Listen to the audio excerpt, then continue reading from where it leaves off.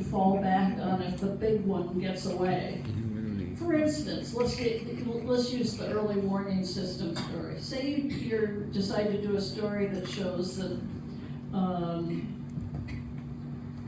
why the early warning system failed, how many buoys were not operating, and that the government has still not funded steps to make it better. You know, maybe you can't get that big story, so maybe you break off a piece of it that you can do now and work on the other one later. For instance, maybe the story is almost a feature on new technology helping to create better warning systems. So, you know, always be thinking of smaller stories as well as the big one. Step 3, this is we as journalists kind of live or die by how good our sources are, right?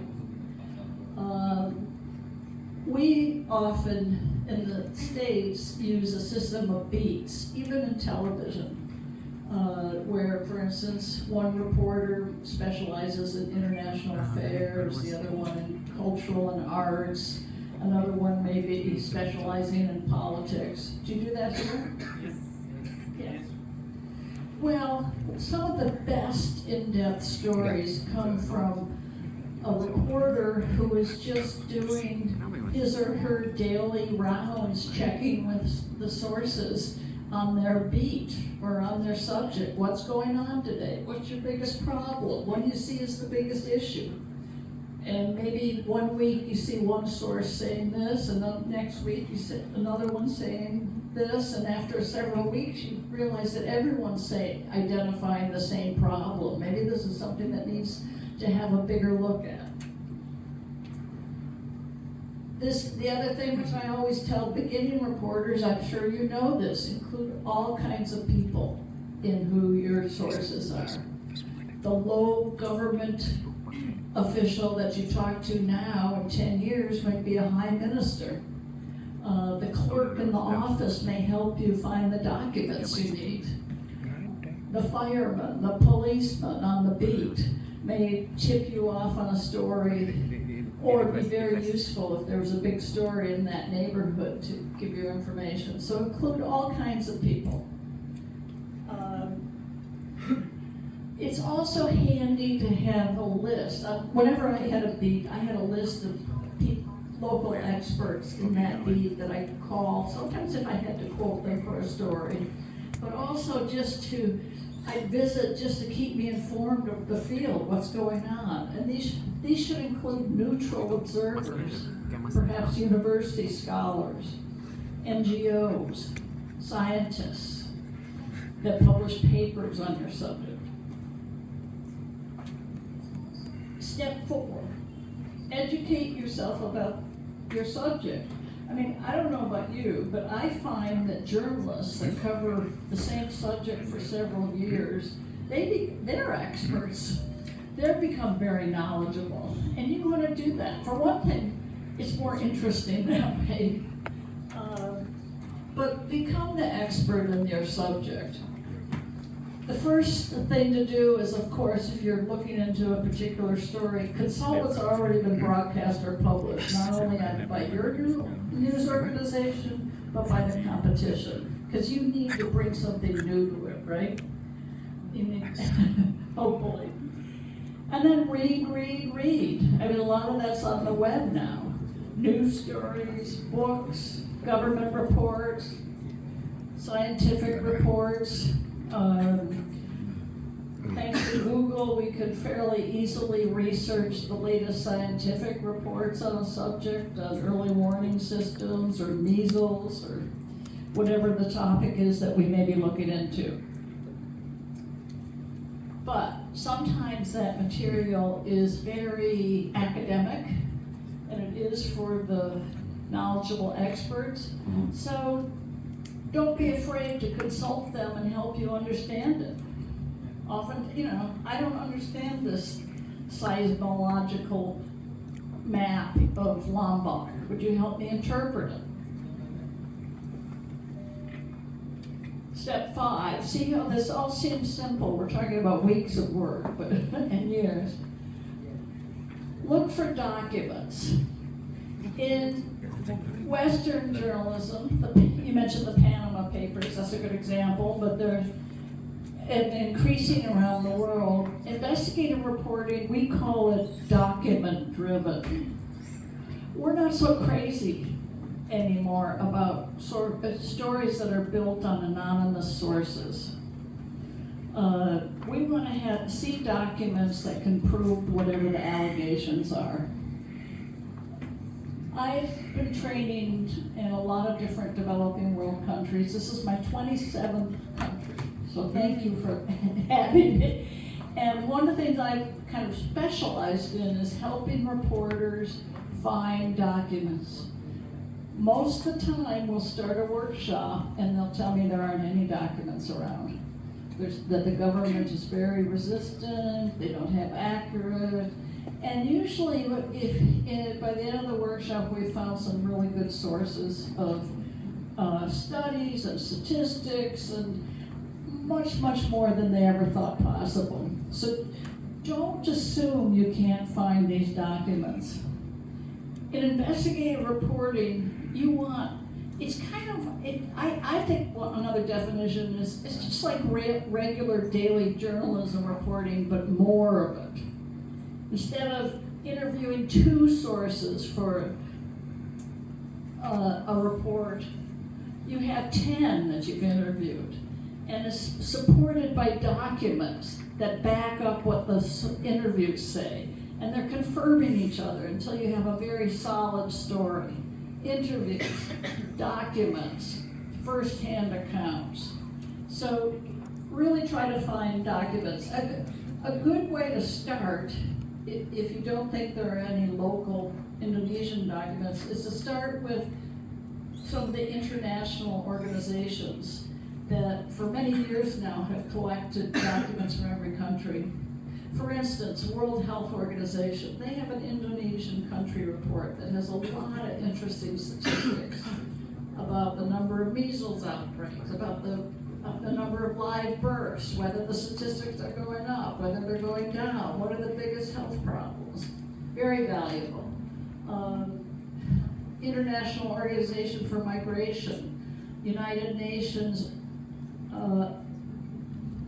Organized Crime, or UNODC, Office of Drugs and Crime. You can look up Indonesia and find what the drug of choice is in Indonesia and how many tons of marijuana have been seized. I mean, just fascinating stuff that, one, you can take and illustrate that and it becomes a basis of a pretty interesting trend story, or it just becomes a piece of your evidence that you're using to support your whatever you're looking at.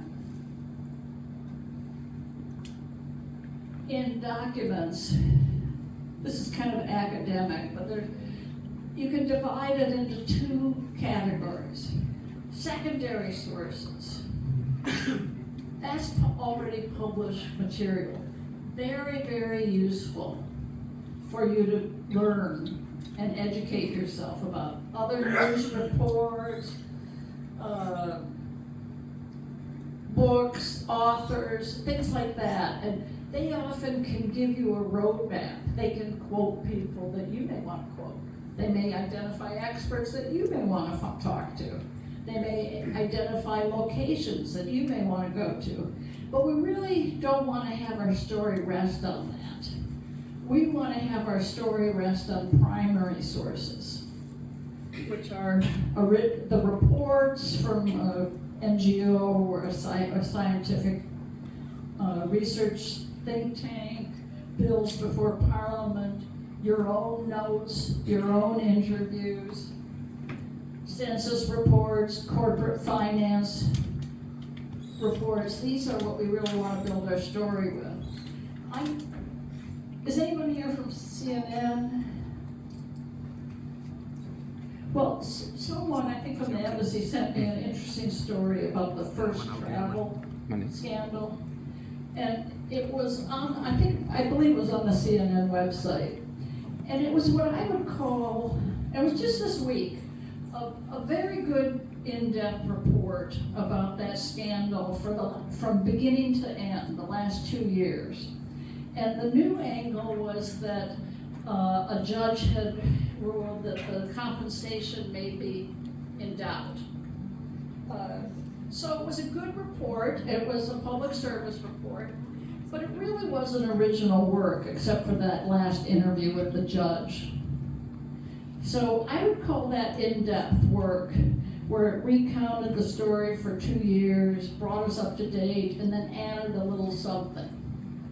And the story was very responsible. For instance, it credited the Jakarta Post for one aspect. It didn't claim that was their original report. It attributed it. So that's a secondary source consolidation. An original story about first travel would have been, 2 years ago when social media started generating reports of people that were having their money stolen for Hajj trips. That would have been original. Step 6, get out of your office. Today, too many journalists, including television, stay in their office and interview people by phone and get on the computer. Am I right? Yeah.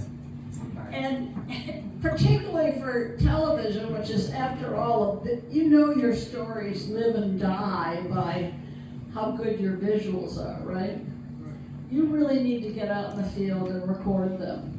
And not just interviews of people sitting behind desks. The best footage is action, right? Yeah. And even the written reporter has to get out of the office, because their report is going to be better informed if they're on the scene describing it. One function of us as journalists is to take our readers and viewers with us to the places that they can't go. We take them to the scene of the earthquake and describe it, or we take them to the countries that are having droughts and people are starving. So we have to be their eyes and ears and tell them, show them what's going on. And sometimes those descriptions or footage become the story. You almost don't need anything else. For instance, I saw some footage of some recent forest fires in, Sumatra. Very powerful. And the explanation and the news was interesting, but it was the footage that was really telling the story. Step 7, okay, so you've gathered all this material, you've been in the field, you have your documents, you have your interviews. Now's the time where you and the editors really have to step back and say, do we have the story? Do we have enough? Are we being fair? What don't we have? Maybe there's some holes in our reporting. Now's the time to go fill them. In the news industry, there's, particularly now with social media growing and reporting a lot of false information, there's such a temptation to rush into broadcast or print. And with these more sensitive, in-depth reporting is often the better choice to be conservative. Wait. It's better to be right, particularly with a big story, than have to make a correction.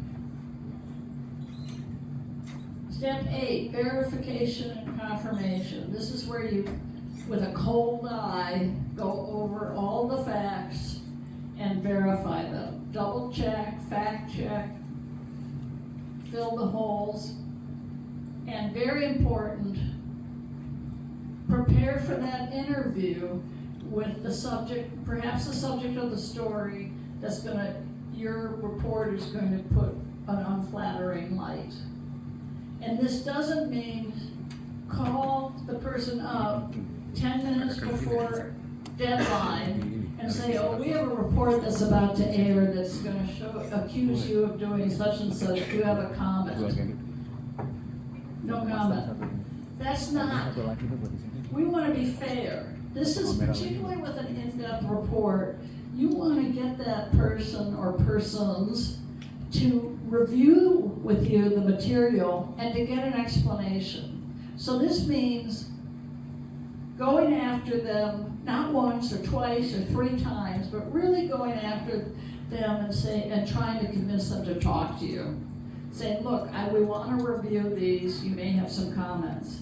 Now, it may be that even when you do that, the person will say, no, that's not true, no comment. And you include that. But it may also be that they have an explanation, or they have a very vehement denial. Now, a lot of reporters think if you include that, it weakens your story. And often, usually it's the opposite. It strengthens your story because it shows you that you're going to every length to be fair. And you're giving the person, the opportunity to state his or her case. So do that.